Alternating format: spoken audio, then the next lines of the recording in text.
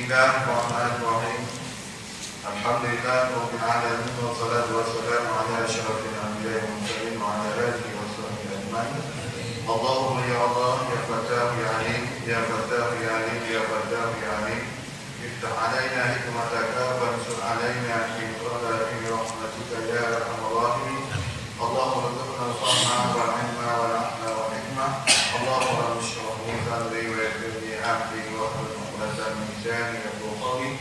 Allahumma hamni rusdi wa 'afini min syarri al-a'daa'i ya rabbal 'alamin.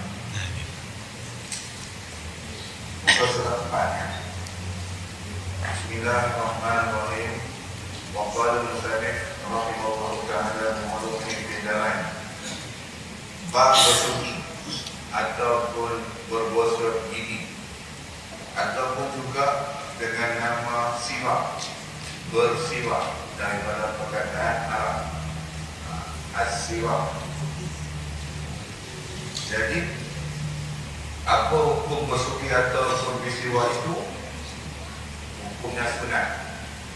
Banyak hadis yang menyentuh dengan persoalan bersiwak ataupun berbosok gigi ini.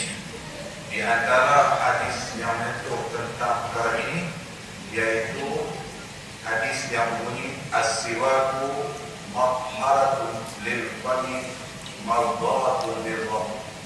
Bersiwak ataupun berbosok gigi itu mensucikan mulut dan menimbulkan keredaan Tuhan, menimbulkan keredaan Allah SWT.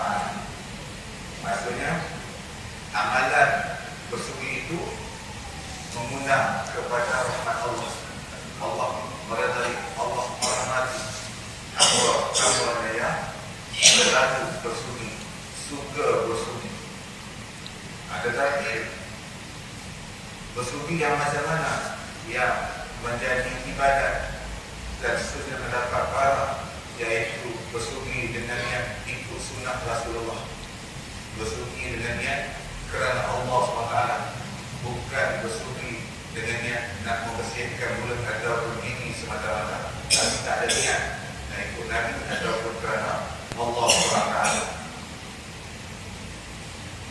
Bersuci itu maknanya menyuci atau membersihkan mulut dan gigi dengan menggunakan alat, yakni alat bersuci ataupun alat membersihkan mulut seperti berus gigi, manggar kelapa, sabun, kayu art dan sebagainya. Maksudnya termasuk juga alat lain yang sifatnya boleh membersihkan gigi dan juga mulut.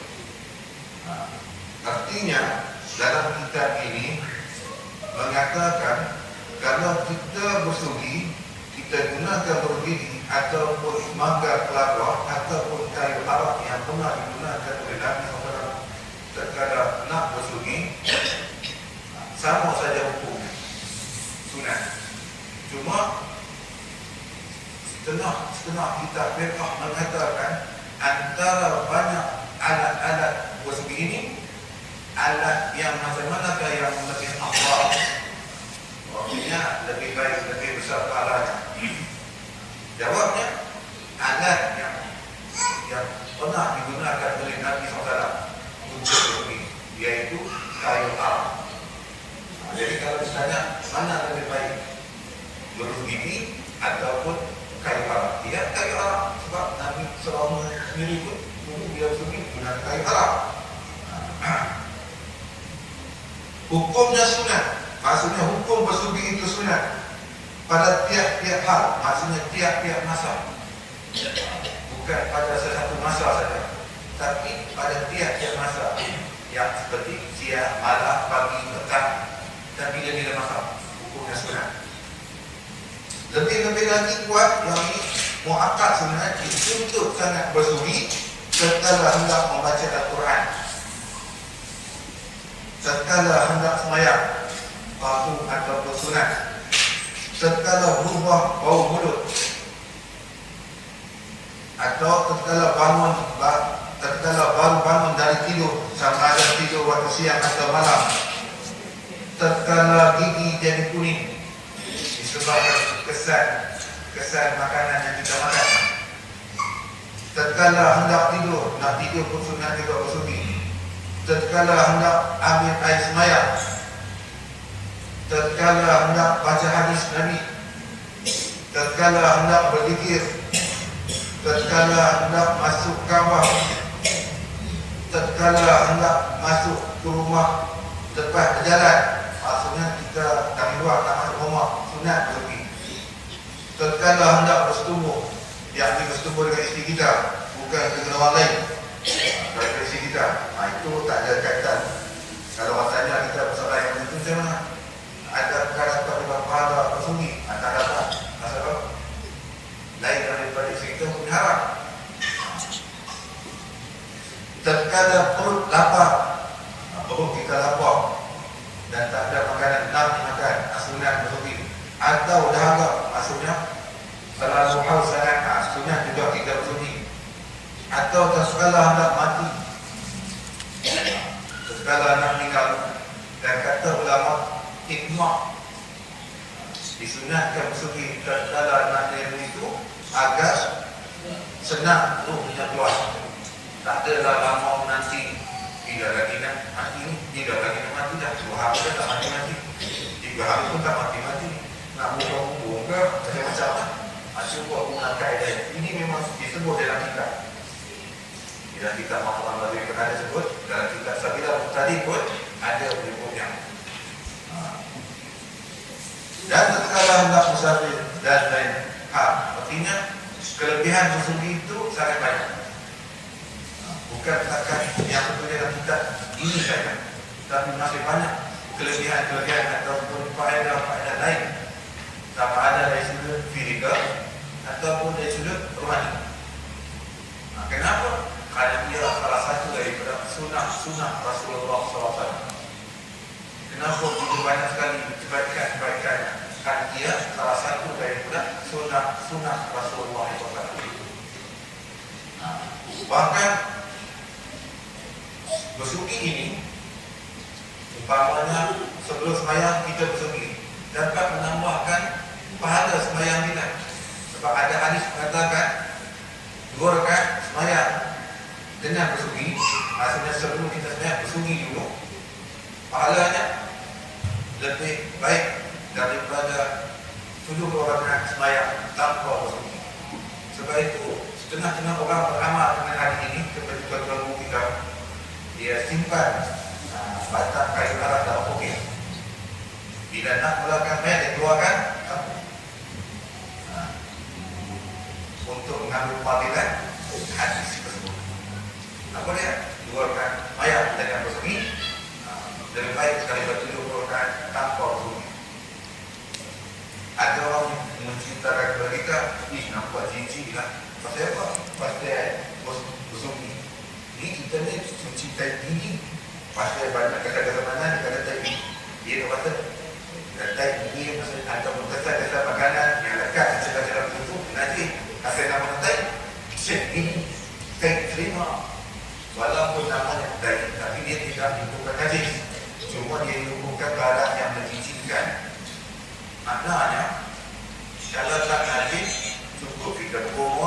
cukup kita membersihkan diri kita kesan-kesan tersebut.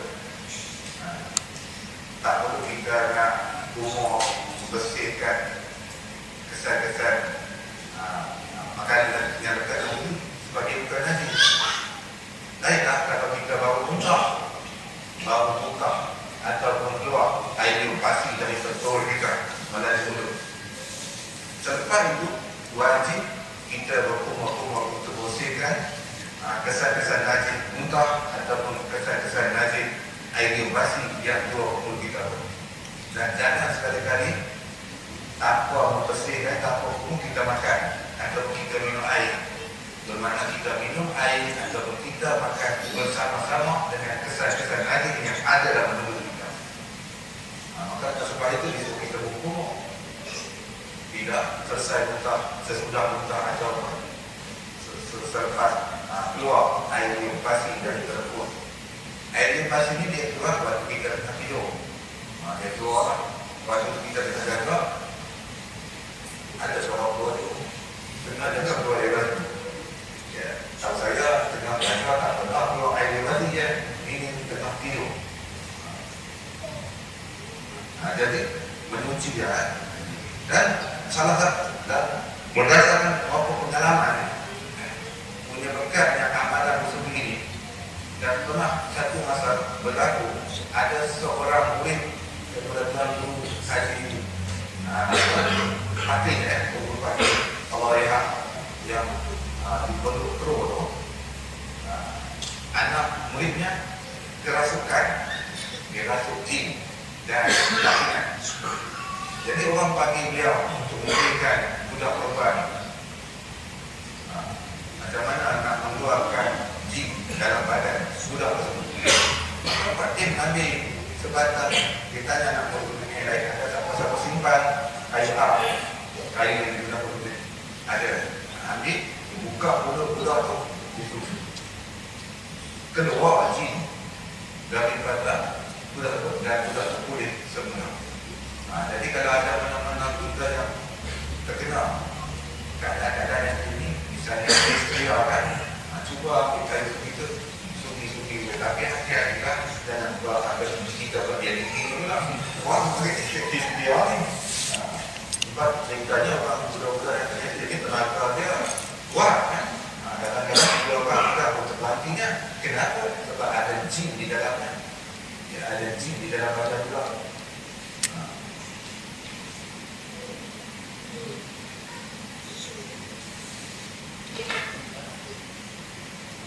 Baik.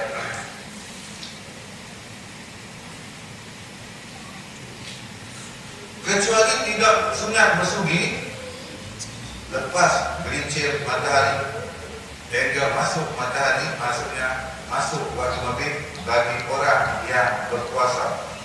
Malahan makruh dia bersugi pada masa itu, sama ada puasa fardu atau sunat. Ini pendapat Imam Syafi'i. Ya, Imam Syafi'i kata bagi orang yang sedang berpuasa, sama ada puasa fardu atau sunat, sunat bersugi ketika tengah berpuasa daripada ia mula puasa sampai tengah hari saja. Sunat bersugi dapat pahala bersugi. Tetapi bila matahari gelincir, maksudnya masuk waktu zuhur sampai terkena matahari yang masuk waktu maghrib, bersugi bagi mereka hukumnya makruh. Bersugi bagi mereka hukumnya makruh. Maknanya bila kita melakukannya, tetapi tidaklah membatalkan puasa. Dengan melakukan puasa hanya mengurangkan pahala puasa saja. Masa kita melakukan makruh, perkara makruh berpuasa. Ini pendapat Imam Syafi'i, tetapi pendapat ini tidak ijma'. Ada khilaf. Ada pendapat ulama yang lain pula yang tak serupa dengan pendapat Imam Syafi'i. Seperti pendapat Imam Nawawi, beliau mengatakan tak makruh. Yang katakan makruh Imam Syafi'i, Imam Nawawi kata tak makruh. Bukan Imam Nawawi saja yang mengatakan tak makruh, bahkan imam-imam mazhab yang lain pun macam itu juga tak makruh.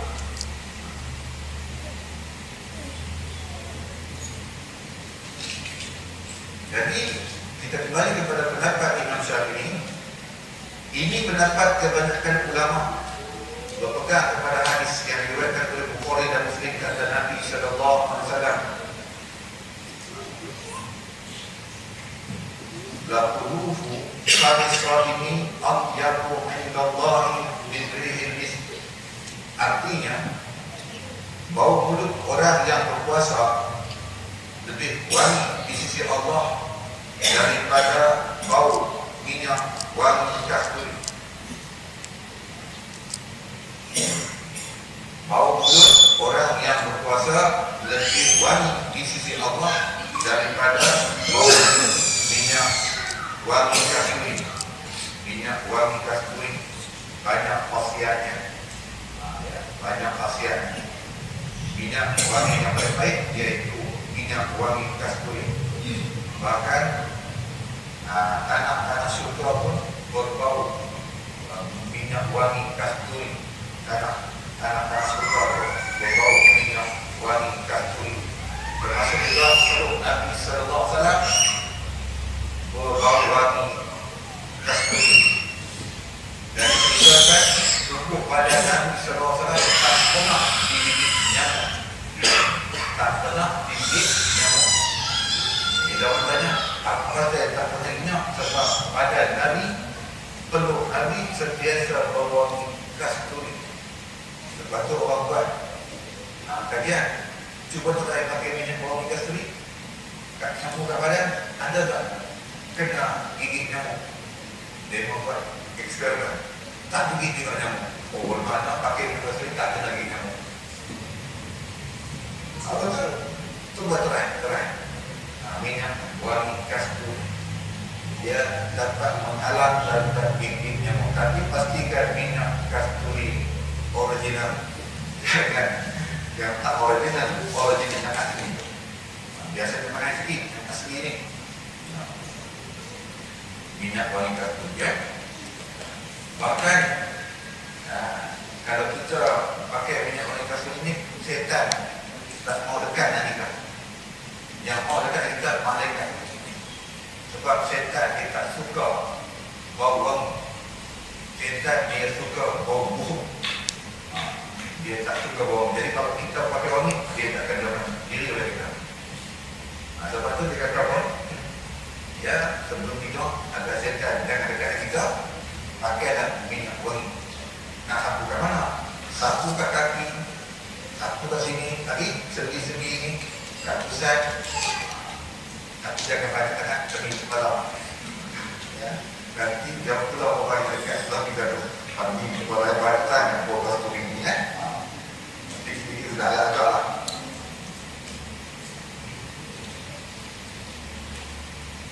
Jadi boleh kerana mulut orang yang berpuasa itu berbau wangi harum disebabkan berpuasa, maka dengan sebab itu dilarang kita bersugi pada waktu tengah berpuasa daripada waktu zuhur sampai maghrib. Dilarang kita bersugi kerana kemudian mengurangkan bau wangi itu. Ini alasan.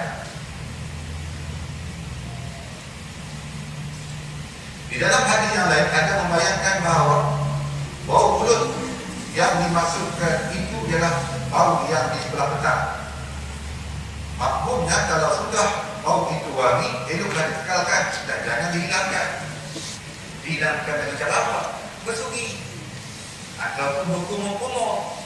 Sasar kumur. Ini pun makruh. Tapi kalau terlalu haus sangat macam mana?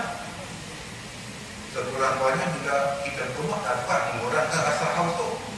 Kalau itu tujuannya, hukumnya harus tak makruh. Kenapa kumur? Haus sangat. Jadi aku kurang rasa haus. Itu makruh juga kan? Dia tak makruh. Ini tersebut dalam kitab makanan baru. Tapi kalau saja-saja nak kumur, sikit-sikit kumur itu hukumnya makruh. Tapi kalau ada sebab kita kumur, umpamanya nak mengurangkan rasa haus, ini tidak makruh. Jadi pendapat yang pertama ini mengatakan makruh bersugi tatkala tengah berpuasa. Tetapi Imam Nawawi berpendapat tidak makruh bagi orang yang berpuasa bersunyi sama ada di sebelah pagi atau di sebelah petang. Maksudnya selepas masuk waktu zuhur. Kerana dalam hadis ini memuji orang yang berpuasa saja, tidak menunjukkan kepada tegahan yang tegahan sunyi. Ini alasan Imam Nawawi. Jadi barang siapa hendak bersunyi di sebelah petang lepas zuhur dalam masa berpuasa, ingatlah dia berpegang kepada pendapat Imam Nawawi. Khilaf di kalangan para ulama dalam satu masalah bukan menyusahkan umat, tetapi menyenangkan umat. Yang menyenangkan umat. Menyenangkan bagaimana? Kalau kau rasa berat nak ikut pendapat ulama yang pertama, kau ikut pendapat ulama yang kedua untuk beramal. Nanti tak boleh salah. Dalam masalah ijtihad ulama, tak timbul soal betul atau salah. Sebab Nabi SAW mengatakan ijtihad seseorang ulama mujtahid kalau betul dapat 2 pahala. Dan ini juga orang-orang yang ikut ijtihad tersebut. Kalau salah ijtihadnya dapat 1 pahala dan tidak berdosa. Begitu juga dengan orang-orang yang ikut ijtihad tersebut. Jadi kesimpulannya, mengikut ijtihad ataupun mengikut fatwa seseorang ulama mendatangkan kebaikan pada kita. Bukan mendatangkan kerugian. Yang ruginya dua-dua tak ikut. Ulama pertama tak ikut, ulama kedua tak ikut. Itu pendapat dia. Itu yang rugi. Kalau dia ulama juga tak apa lah. Dan dia bukan ulama. Masuk ulama di sini adalah ulama mujtahid. Sebab yang boleh fatwa ulama yang bertaraf mujtahid saja. Yang tak bertaraf mujtahid tak boleh bertaraf fatwa. Tapi nak tahu apa? Mengikut fatwa. Ulama yang tak bertaraf mujtahid, dia wajib ikut fatwa ulama yang bertaraf mujtahid. Ulama yang tak bertaraf mujtahid, kalau dia bertaraf fatwa, apa pun haram. Ulama yang tak bertaraf mujtahid, tiba-tiba dia mengeluarkan fatwa. Berdasarkan pendapat saya, ini aku mujtahid kan, tak apa dah. Dia ikut ijtihad para mujtahid. Ini kita sunat. Imam Nawawi kata sunat bersunyi pada setiap masa. Bersiwak itu tidak makruh secara mutlak. Pendapat ini dikatakan oleh imam-imam yang tiga, yaitu Imam Abu Hanifah, Imam Malik, Imam Ahmad dan Imam Ahmad bin Hanbal, dan diunggulkan oleh Imam Nawawi sebagaimana yang terdapat dalam kitab Syarah Muhammad. Syarah Muhammad. Kemudian kata Fadil Zibrak, makruh pada puasa fardu, bukan puasa sunat. Ini dapat ulama lain kata makruh bersuci selepas masuk waktu zuhur tu ada puasa fardu saja. Puasa sunat apa? Puasa fardu.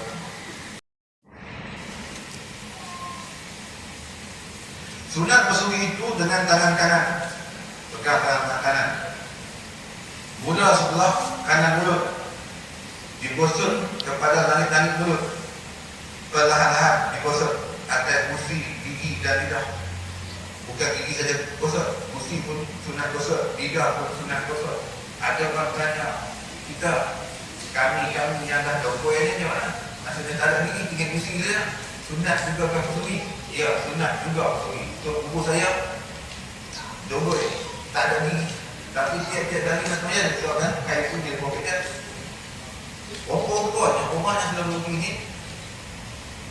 Mukanya out muda. Biasa manis.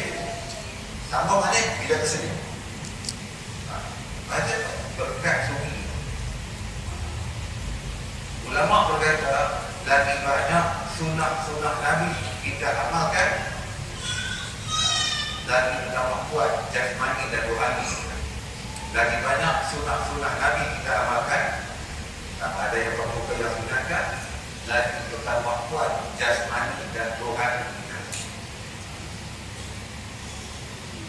Jadi mengamalkan sunah Nabi itu menimbulkan berbagai-bagai keberkatan dalam kehidupan kita, walaupun hanya pada perkara sunat saja.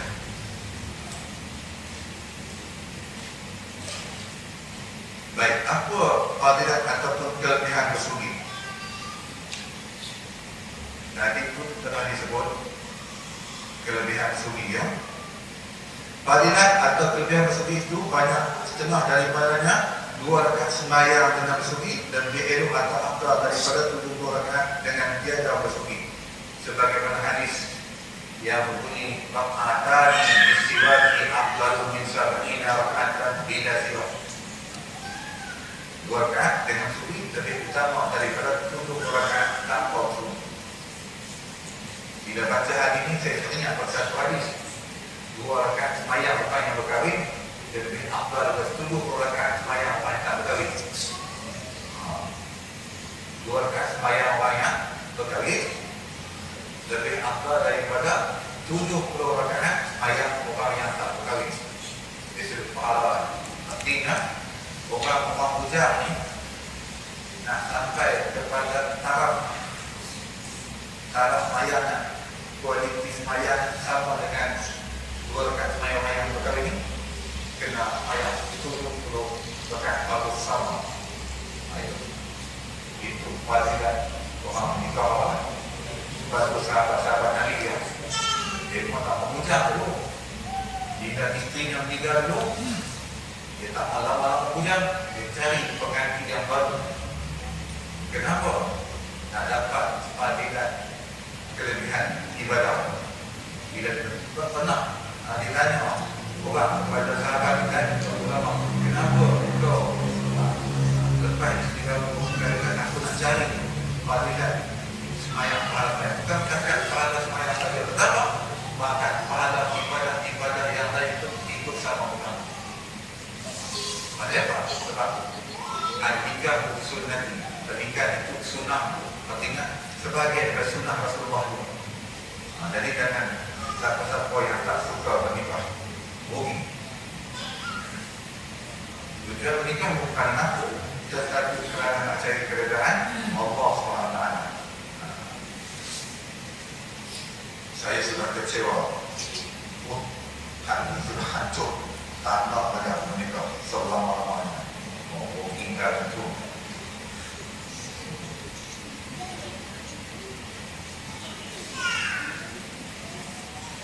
Bersugi itu selain daripada menuci kotor-kotor di mulut dan di celah-celah gigi, ia membawa kepada keredaan Allah. Sebagaimana hadis yang saya baca pada permulaan kitab kita, mencerdikkan akal, mencerdaskan akal. Ya, kita sugi, akal kita jadi cerdas. Bila akal cerdas, senang lagi dan senang kita melakukan bermacam-macam urusan yang ada kaitan dengan akal kita. Mencerahkan mata. Ingat mata tidak lambat rabun lah. Tapi saya dah rabun tempat lain. Melambatkan tumbuh uban rambut. Habis dah uban lah macam mana? Yang belum uban lah. Melambatkan tumbuh uban rambut. Mungkinlah kalau kita amalkan selalu amalan begini, ada banyak uban rambut. Baik, cerita tentang uban ini, ada setengah kita di dalam uban dia inaikkan rambutnya supaya tak nampak uban, nampak merah saja ataupun hitam saja rambutnya. Apa hukumnya? Memakai inai bagi orang lelaki, hukum harus. Ya, memakai inai itu pada orang lelaki hukumnya harus. Pada rambut, pada janggut, pada misai, pada bulu kepala. Kalau kita niat nak ikut sunnah Nabi, dapat pahala sunnah. Sebab Nabi juga berinai, inai pada rambut, bukan inai pada jari. Ada pula orang lelaki pakai inai. Baru-baru ni ada soalan dalam WhatsApp saya, Ustaz, apa hukum pengantin lelaki berinai kat jari? Betul-betul kita kata haram. Mungkin beraya. Dan kita sabilah menjadi kata haram sebab berinai di jari itu perhiasan kaum wanita. Alasannya berinai di jari itu perhiasan kaum wanita, perhiasan yang khusus untuk kaum wanita. Jadi perhiasan kaum muda orang lelaki tak boleh pakai sebab dia lelaki. Tak boleh kita lelaki mau stay orang muda. Dan kita tak boleh menentu dia sebut itu juga. Kecuali inai yang biasa berada itu untuk merawat penyakit apa ni nak buku pecahan orang panggil apa? Cekam. Ya, cekam. Cekam dapat dirawat dengan pakai inai. Sikit-sikit juga. Jadi kalau ada banyak cerita bapak nanti betul mau perintah bukan informasi saya bukan. Betul, dalam kitab Melayu lama, kitab perubatan memang ada ayat kitab tu. Cekam boleh dirawat dengan inai. Umpama cekam pada kaki ataupun inai. Kemudian inai juga boleh digunakan untuk menghilangkan gatal-gatal rambut. Umpama memang gatal rambut tu yang tak dapat dihilang gatal hati. Hati tak dapat dihilang dengan hati ubat yang lain. Yang betul ada seorang ustaz dia kata mati ni ustaz. Saya tahu kan kalau ustaz mana cuba ustaz pakai ini. Dia pakai macam mana? Okey tak kata ustaz. Pakai ini. Bahkan ini juga dapat menghilangkan kata-kata kulit. Umpamanya kalau ada kurang. Ya, aku tak pun daripada inai pulang kita masuk ini.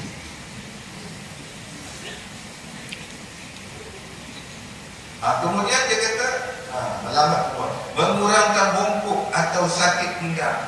Amalan pesugi ya, mengurangkan bongkok dan sakit pinggang. Artinya bila kita amalkan berkat, kita amalkan sugi, mungkin sakit pinggang kita akan terawat. Hari ini ramai orang sakit pinggang. Sakit pinggang, sakit belakang. Dan kita kadang-kadang boleh macam mana sugi boleh membantu untuk merawat sakit pinggang. Inilah sunnah Nabi. Khasiat-khasiat hikmah-hikmah yang bersembunyi di sebalik. Menggandakan pahala sembahyang, pahala baca Quran, pahala wirid, pahala zikir bila kita bersuci sebelum kita buat amal-amal tersebut. Dan mengingatkan dua kalimah syahadah ketika hendak mati. Artinya memudahkan kita mengucap syahadah. Nabi SAW sewaktu sakit yang membuat kematian, dekat-dekat Nabi SAW nak wafat, dia minta kepada Siti Aisyah sebab di sini tu ada suatu kali siwak. Dia tengok ada siwak masa Nabi sakit yang bawa pertanyaan. Kemudian Siti Aisyah tanya, nak bersuci ke? Nabi bersyahadat nak. Maka Siti Aisyah lembutkan kayu sugi itu dan Nabi Siti Aisyah tolong sugikan. Jadi ulama melihat apa hikmahnya, apa hikmahnya dapat memudahkan kita mengucap dua kalimah syahadat. Sebab nak mengucap dua kalimah syahadat dengan terang nyari sewaktu nak di dunia dia ada sewaktu roh nak keluar dari sana. Bukan senang, susah. Memang susah nak mati. Kenapa? Sakit nak mati ni bukan macam sakit-sakit yang pernah kita rasa di dunia. Kata ulama, sakit nak mati di antaranya sangat lapar. Sangat lapar itu ukurannya macam mana? Kata ulama lagi, seandainya dikumpulkan seluruh makanan-makanan yang ada di atas muka bumi ini, kumpul-kumpul, sumbat masuk dalam mulut dia. Nescaya tak akan hilang lapar. Masih lapar, maknanya dahsyatnya masa lapar. Kemudian sangat haus. Ukuran haus itu macam mana? Seandainya dikumpulkan air-air yang ada di muka bumi ini, sumbat masuk dalam mulut dia. Nescaya tak hilang haus. Lepas itu sangat sakit. Ukuran sangat sakit ni seperti terkena 7 kali letakkan pedang ataupun disiap kulit kaki itu. Itulah gambaran orang-orang yang nak meninggal dunia. Sangat haus, sangat lapar, sangat sakit. Jadi waktu itu juga datang ujian daripada setan. Jadi disuruh kita banyak berzikir, banyak bersyahadat, banyak menyebut la ilaha illallah. Jadi dengan usul itu memudah bagi kita mengucap. Kalau kita amal sekarang lah, dari sekarang. Jadi berkat. Setiap amalan itu ada berkat. Umpamanya sembahyang ada berkat, zikir ada berkat, wirid ada berkat, doa ada berkat, pakai sobat ada berkat, simpanan ada berkat, semua ada berkat. Jadi setengah-setengah berkat kita tahu, setengah-setengah berkat kita bertahu. Tapi dapat kata kalau kita amal. Maka begitu juga sufi. Walaupun kita dah baca kalian tetapi masih banyak lagi kelebihan tersebut. Dalam hadis Nabi mengatakan, laula kan asyqa ala ummati la amartum bi siwaki inda kulli shalah. Kalau aku tak khawatirkan mendatangkan kesukaran umatku, nescaya aku perintahkan mereka bersugi tiap-tiap kali nak sembahyang. Tapi Nabi fikirkan umat susah, Nabi tak wajibkan itu. Hanya Nabi galakkan saja. Maksudnya cukup dia sebagai sunnah.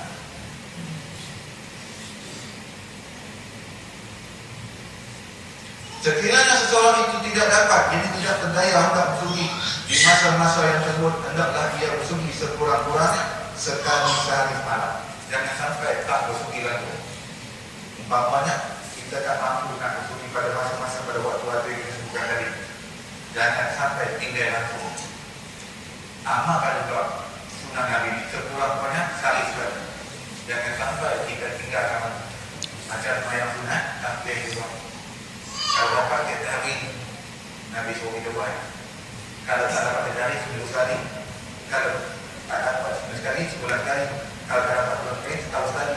Tak dapat setahun sekali, suruh ibu hidup sekali. Jangan sampai tak buat. Kita sebab itulah dalam bab mengamalkan hadis-hadis baik. Hukumnya sunat mengamalkan hadis-hadis baik. Ada setengah kita ini diletakkan hadis da'i setara dengan hadis palsu, hadis bohong. Salah untuk hadis da'i tak setara, tidak sama dengan hadis palsu. Hadis palsunya hakikatnya bukan hadis. Hadis palsu hakikatnya bukan hadis. Kemudian hadis da'i walaupun da'i tapi dia tetap hadis. Pasal apa? Dia jadi sebab masalah sanad saja. Dikatakan ulama-ulama hadis tak cukup syarat yang didaki oleh mereka, sebab itu mereka letakkan dia perintahnya, tapi dia tetap hadis. Maknanya mengamalkan ajaran daripada lain hukumnya boleh, bahkan sunat, bahkan menyebut ahli lain pada mencipta kelebihan tentang amalan. Menyebutkan tentang azab Allah pada orang yang berdosa dengan menggunakan hadis lain boleh. Yang tak boleh pakai hadis lain ini kita jadikan dia sebagai sajaran untuk menentukan hukum halal atau haram, sah atau batal atau amalan. Tak boleh pakai hadis lain, pakai hadis sahih ataupun hasan sahih. Begitu juga hadis lain tidak boleh digunakan untuk menetapkan dasar-dasar akidah. Itu saja kata ulama. Jangan sampai juga hadis lain apa pemahaman macam kita terpalikan semayang tadi kan kena sugi ataupun palikan berbicara Allah menikah dan berkata itu hadis lain itu tetapi boleh kita amalkan sunat hukumnya.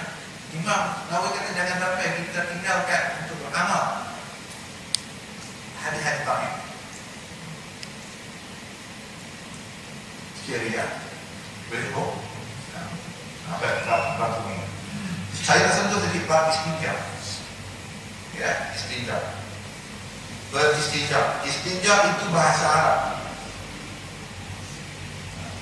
Asal maknanya istinja itu melepaskan diri dari benda yang mengganggu ataupun dari pergeli atau memusingkan. Maksudnya di sini ialah bercebok. Artinya bila kita buang air besar dan buang air kecil, lepas itu kita kena berstinja. Maksudnya membersihkan kesan keluar najis pada kemaluan sebelah belakang kita iaitu lubuk ataupun kemaluan sebelah depan kita iaitu kubur. Kita kena bersihkan dan bersihkan itu dinamakan istinja. Apa hukum istinja? Wajib bukan sunnah. Lepas makan besar, wajib kita bersijak. Kalau tak bersijak, hukum haram. Haram itu masa bila? Haramnya terjadi haram bila kita menjaga sembahyang. Ataupun bila kita buang air kecil, wajib bersijak. Kalau tak bersijak, hukum haram. Haram itu bila kita nak menjaga solat. Sebab bila kita nak menjaga ibadah yang seperti itu, menuntut kita bersih daripada hadas besar, hadas kecil, termasuk dengan najis. Najis yang ada kat badan kita, kat pakaian kita, kat tempat main kita. Dan najis ini boleh ada pada tempat keluar najis. Bila kita buang air besar atau buang air kecil, tempat keluar. Jadi kita kena istinja, kita kena sucikan dengan menggunakan alat cucian yang sah. Alat cucian yang sah pertama air mutlak. Bukan air sabun, bukan air bukan air mustamal, bukan air mutan najis, tetapi kena air mutlak ataupun air musyamah. Air musyamah sah untuk gunakan untuk suci. Jadi hukumnya wajib disijak sebab kencing atau berak dari buang air besar atau keluar benda yang najis, keadaannya masak seperti darah dan sebagainya. Ya, darah keluar tubuh, darah pun najis. Dia bila keluar dari najis, keluar ke tubuh, wajib kita istijak, bersihkan. Kalau keluar ke hadapan, anggota hadapan, wajib kita istijak, bersihkan. Alat buat berceruk, maksudnya alat buat istijak ialah air. Maksudnya air di sini ialah air mutlak ataupun air musyamah, bukan air mustamal, bukan air mutan najis. Dua jenis air ini tak sah digunakan untuk bersuci, baik bersuci daripada hadas besar atau bersuci daripada najis, dan juga untuk istijak. Kalau tak menggunakan air, kita juga boleh menggunakan alat lain seperti batu, benda yang seumpamanya daripada benda yang beku, suci, kasar, dan bukan daripada benda yang dihormati. Maka tidaklah diluluskan yang sah benda cair seperti air mama, dan juga tidaklah diluluskan yang sah benda yang najis seperti batu yang kena najis atau tai unta yang kering, walaupun dia keras dan kasar tapi dia najis, tak boleh digunakan untuk suci. Tidaklah diluluskan yang sah benda yang tidak boleh mengandung najis seperti tanah yang hancur atau benda yang licin seperti buluh atau kertas plastik, dan tidak diluluskan yang sah benda yang dihormati seperti makanan manusia, umpamanya roti kering yang tiada menjejaran, dan seperti makanan jin, umpama tulang sekalipun sudah hangus tiada diluluskan yang sah juga buat bertemu dengannya kerana masih menjadi makanan jin. Pentingnya, kalau kita tak mau beristijak menggunakan air, kita nak beristijak dengan benda-benda lain, hukumnya boleh. Benda-benda lain boleh, umpamanya menggunakan batu yang suci, yang kesat, dapat menggunakan najis yang lekat dekat tempat saluran keluar najis itu. Kita boleh menggunakan benda-benda tersebut. Dan kita juga boleh menggunakan kertas-kertas yang kesat, umpamanya kertas tisu yang kesat, kita boleh. Yang tak boleh, kita menggunakan najis kering, seperti tai unta, itu tidak boleh, tak sah pun. Kalau kita beristijak dengan alat-alat yang tak sah kita gunakan untuk beristijak. Ini juga tidak sah kalau kita gunakan alat yang seperti ini, seperti makanan. Walaupun makanan itu kering, dia dapat menanggalkan najis, tetapi tak sah kita gunakan. Bila tak sah kita gunakan, maka tak terangkat juga najis itu. Walaupun najis terangkat, tetapi hukumnya tak terangkat, masih dia akan najis juga. Masih kita menggunakan alat yang tidak sah untuk beristijak. Termasuk juga tulang. Tulang walaupun dia keras dan kesat, kalau kita gosok, boleh menanggalkan najis, tetapi hukumnya tak terangkat, hukum najis tak terangkat. Maka kita menggunakan alat yang tak sah. Umpamanya kita gunakan air mawar untuk beristijak, sah tak? Tidak sah. Menggunakan air kopi untuk beristijak, air betul ada air kopi kan sah tak? Tak sah.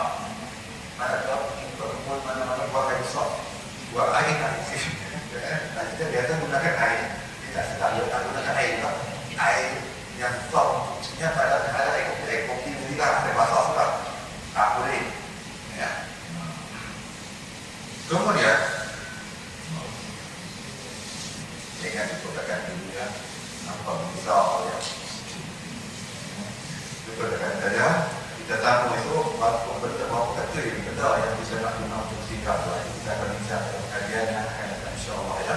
Ada apa soalan? Ada? Boleh faham kajian malam ni? Boleh faham ya? InsyaAllah faham insyaAllah. Boleh faham lagi?